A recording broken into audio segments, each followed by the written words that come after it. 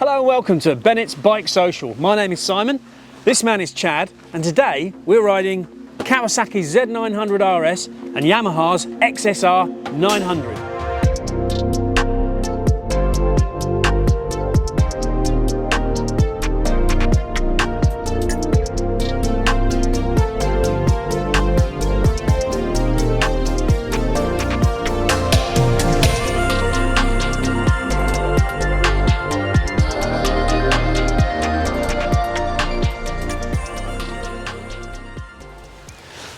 So Chad, what have we got here today then? So we're riding Kawasaki Z900RS, you've got the XSR900.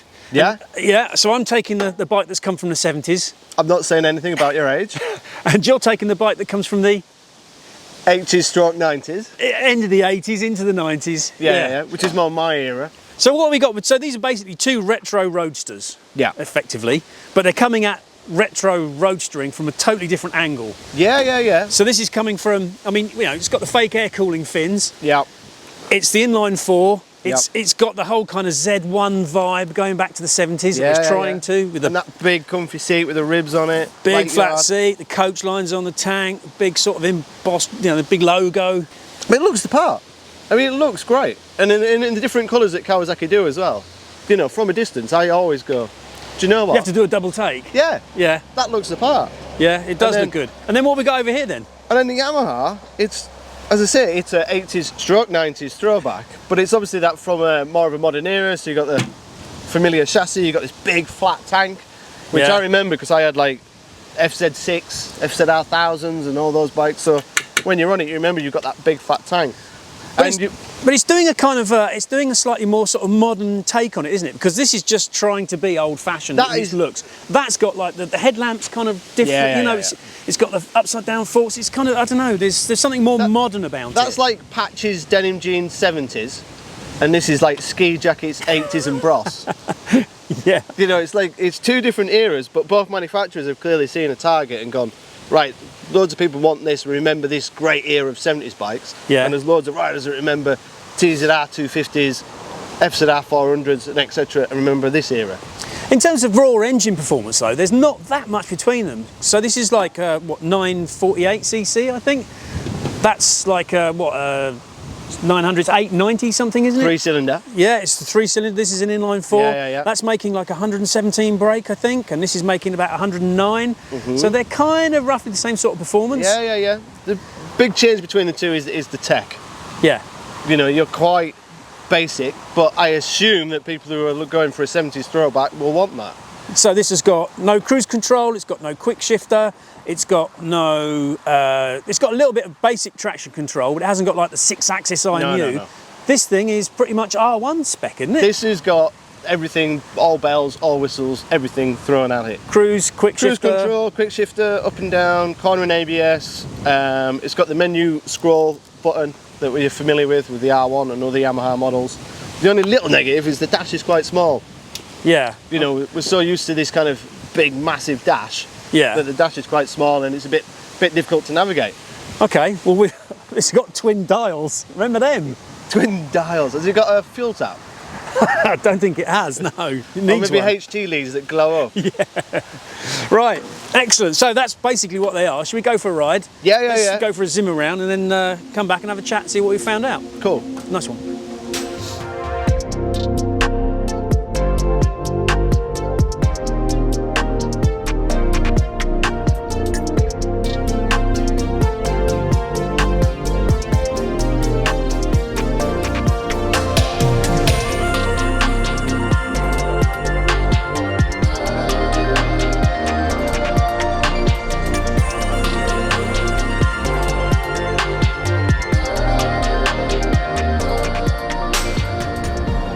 So here we are on Yamaha's XSR900. What a beautiful autumn day. So, what have we got here? Obviously we've got the whole 90s, 80s retro vibe going on. But in terms of the engine and the chassis, the XSR900 compared to the predecessor is an absolute revelation. It's a different bike. The engine's been stroked out, so we're now 890cc. It's making same sort of power, about 117 brake, but it's got more bottom end, it's at lower revs, it's got so much more just instant thrust everywhere. It's a fantastic inline triple, just beautiful engine. I think it's one of the best engines in production today. And the chassis is equally updated over the old XSR900. Completely different frame in the sense the headstock position has moved. To be honest, there was something not quite right about the chassis balance. The front end never really felt planted.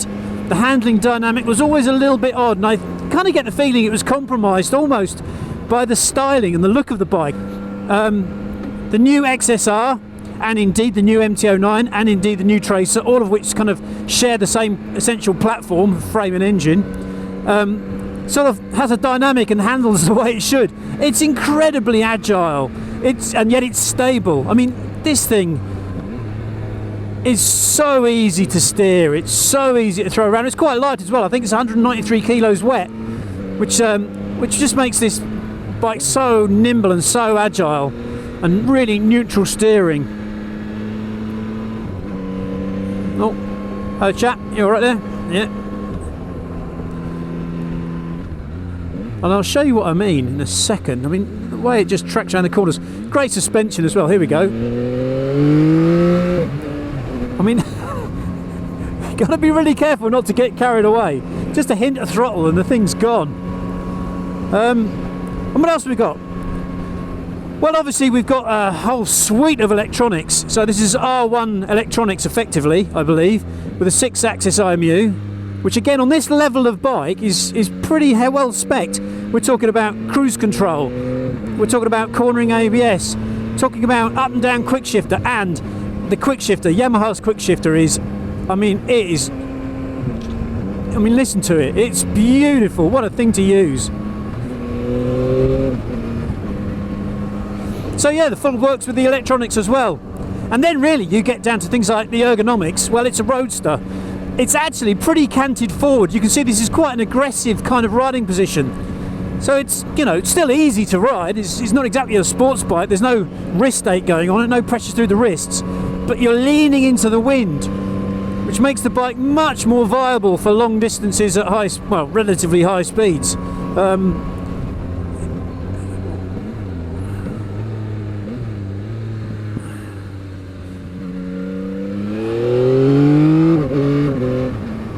It's lovely. It is such a great toy. It's, you know, it's one of those engines that you kind of want to use for the sake of just using the engine. You can take this for a ride and not really have anywhere to go, just enjoy using it. It really is a pleasure. So yeah, so the riding position is not particularly radical. It's actually quite sane, and it suits the bike, and the bike's used really well. And then we get down to the styling, which, you know, like all these things, it's so subjective. But I think Yamaha have done a pretty good job with it. I mean, it has the Zus fasteners, which is a nice sort of 80s touch. It has obviously the sort of the Gaulois Yamaha France replica colours in this blue and yellow, which is, again, it's a really nice touch. But it's also got those sort of modern bits as well. It's not like a complete retro throwback in the way the Kawasaki's trying to be.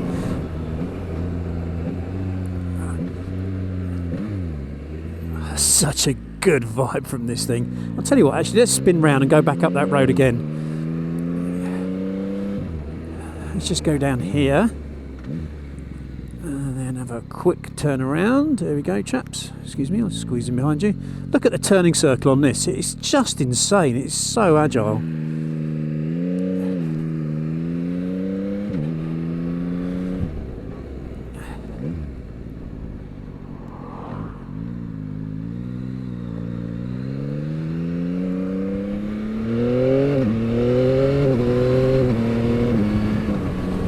The way that triple just moans when you gun it, it's just giving it that rah, rah. It's a lovely sound. Yeah, a deep joy riding this bike. And then I suppose you get down to, I don't know, the question of the price. At the moment it's £10,200, which frankly, for the level of technology that you're getting, and this chassis performance and this frankly ridiculous engine performance is really good value. Oh, the clutch is so light, the controls are so easy to use. Not that you need the clutch, I guess, with a quick shifter, but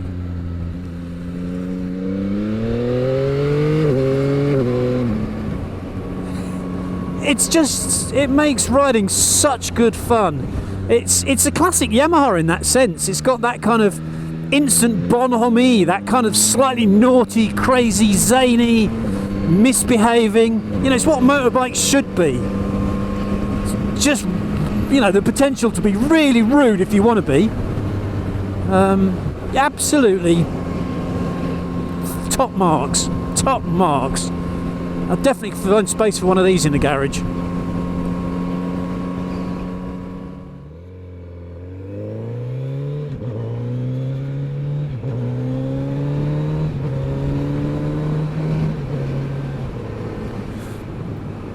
And now for something completely different, Kawasaki Z900RS. And unlike the Yamaha, which isn't trying to pretend that it's a bike from any other time other than 2022, the Kawasaki kind of is trying to pretend that it's from the 1970s, with its sort of big inline four, with its fake air cooling fins, 948cc making 109 horsepower, which is actually slightly less than the smaller Yamaha engine, but it's a healthy unit. It's got plenty of growl from that exhaust. It's got plenty of performance too. I mean, it does go a bit. It kind of, again, you know, it is an old school. See, there's that.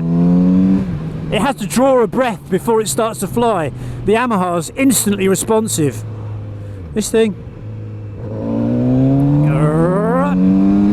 you know, definitely takes a little bit longer to wind up and get going. But it's got plenty of go in it. It's not a slow motor by any means. Not as charismatic as the Yamaha either. It hasn't kind of, that triple is a real, it's almost got a personality. This engine's a bit less interesting.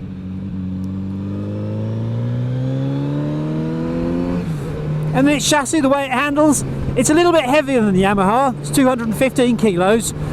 Once you're rolling, it's not instantly noticeable. Pushing around at standstill, it is a little bit more noticeable. The steering is pretty light, pretty neutral.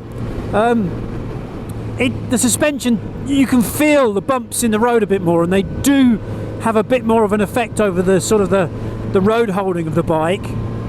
So it's not quite as smooth as the Yam. You see there, you can just sort of feel those bumps chopping away a bit.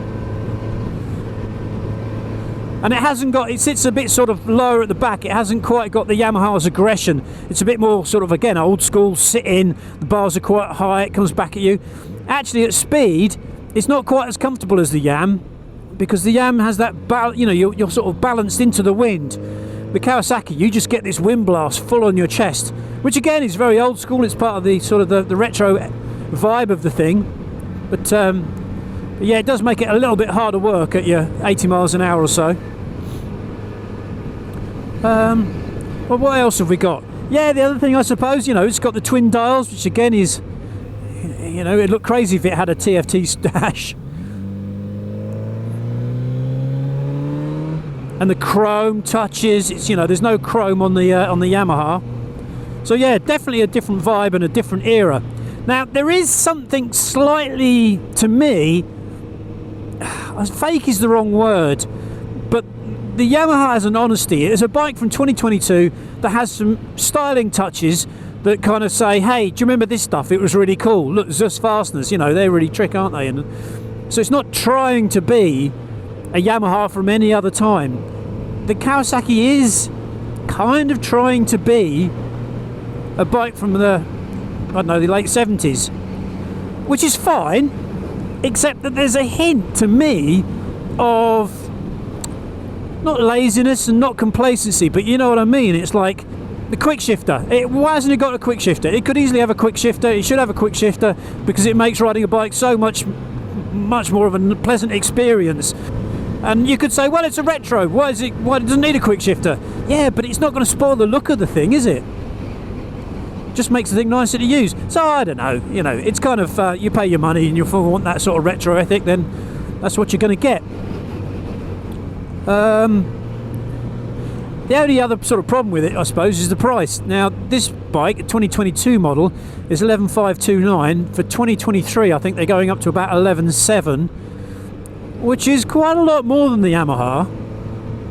For me, it's not quite as much of an experience to ride. So there's a slight sort of conflict there. It's a little bit more expensive, and it's not quite as much. It's not quite as engaging. But, you know, it's a good thing. See that? Yeah. And it does go a bit. You know. And it looks good. You know, it does look good. You can't knock that either. It's a good looking bike. So there we go. That's a quick ride on Kawasaki Z900RS. So, Chad, that has been an amazing day riding around on Yamaha's XSR900 and Kawasaki Z900RS. And I should say at this point that these bikes were voted for by a poll that was carried out by BikeSocial. 2,300 people, I think, voted. For us to do this test and talk about these bikes. So clearly there's a lot of love out there for nostalgia. Definitely. These two bikes, obviously, clearly playing on the nostalgia game, but in a very different way. Yeah. So the Kawasaki is basically copying something that was in the 70s.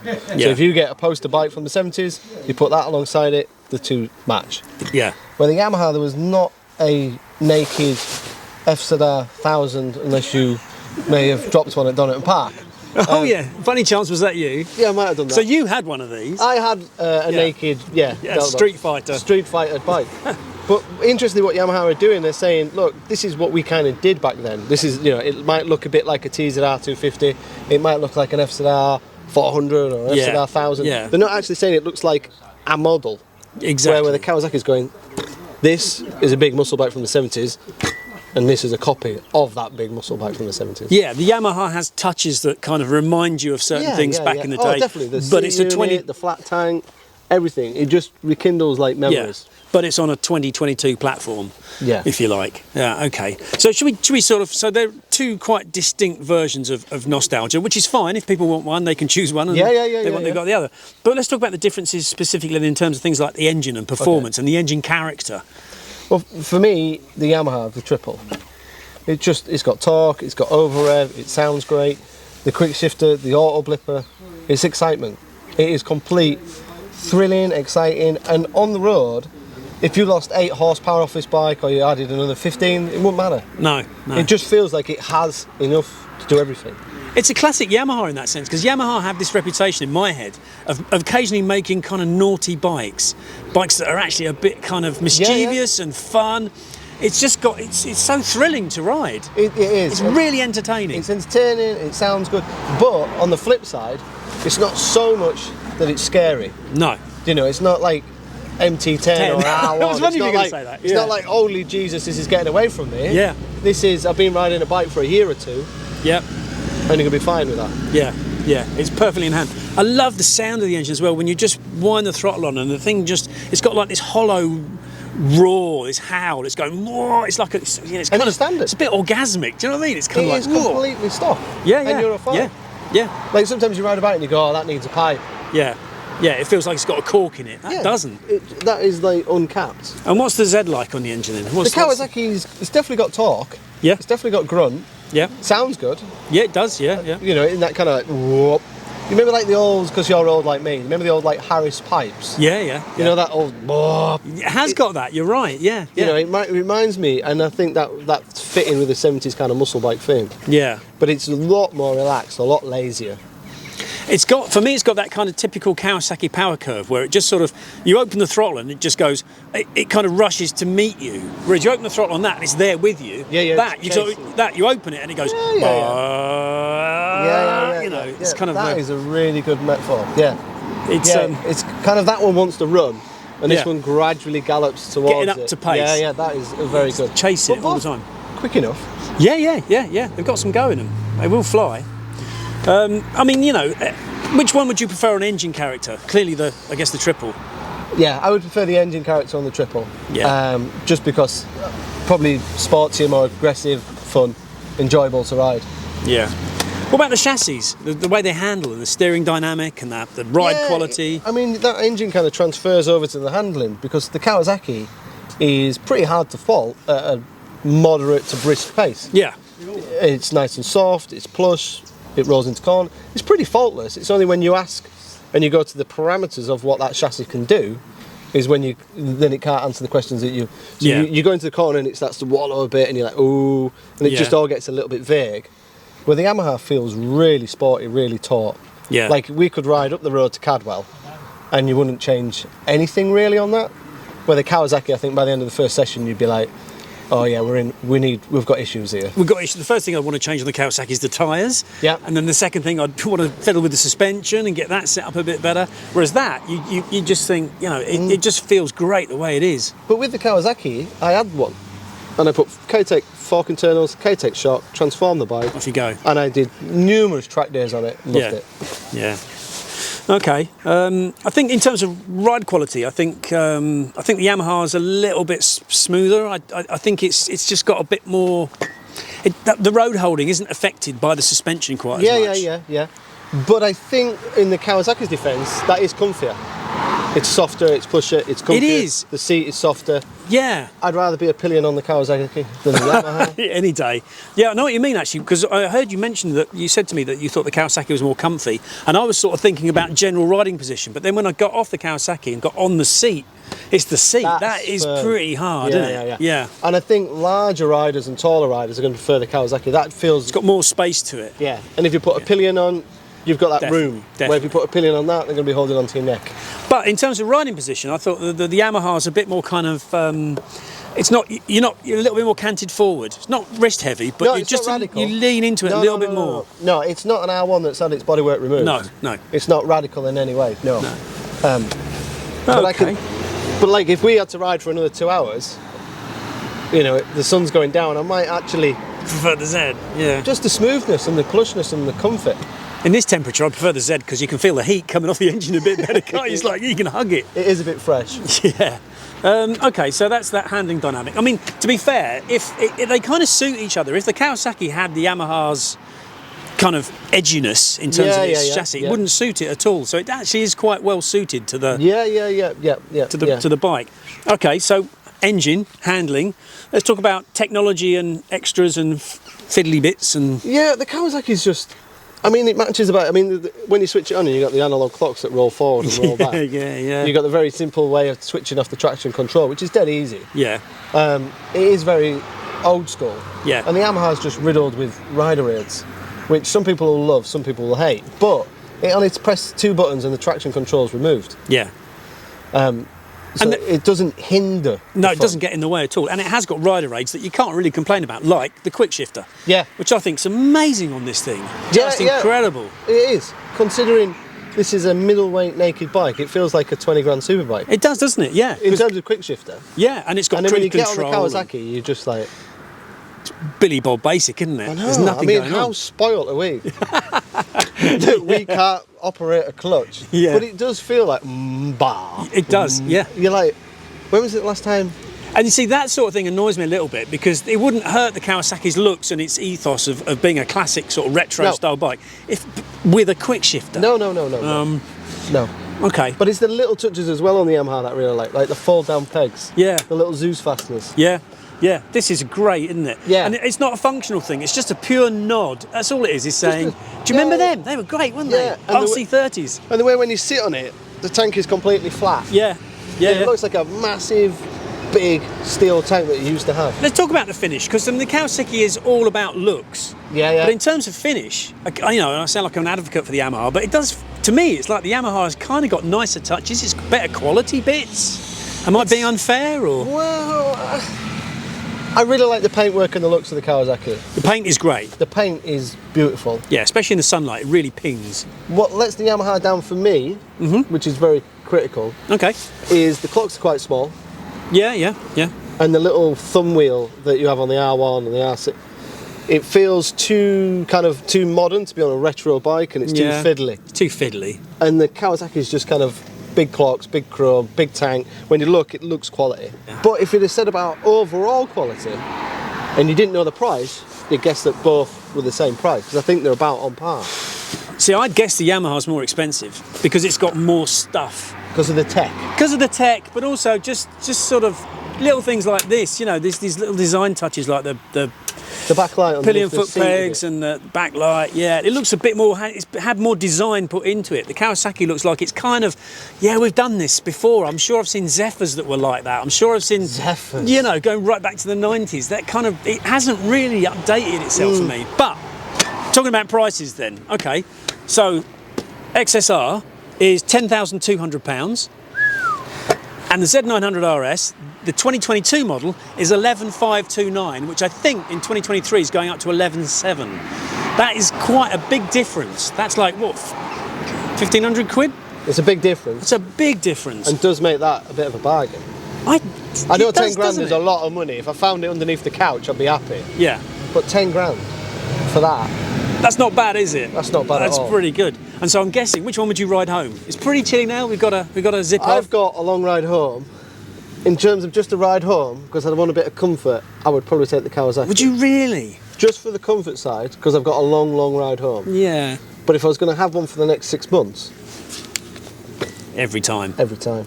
And the fact that it's cheaper... Yeah, it just seals the deal, doesn't it? Really does. Yeah. Okay, well, there we go then. Easy conclusion. Yeah, that's the conclusion. The conclusion is, I think the Yamaha wins.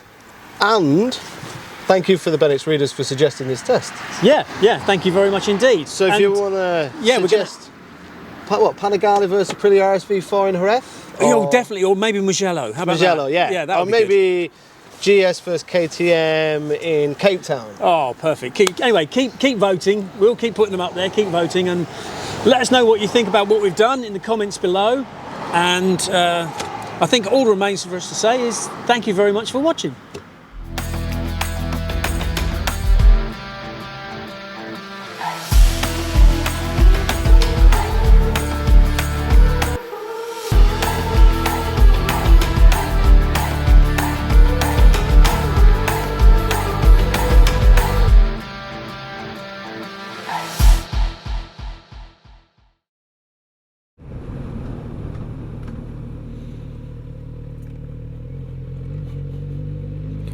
I'm back in town, I'm gonna do one more.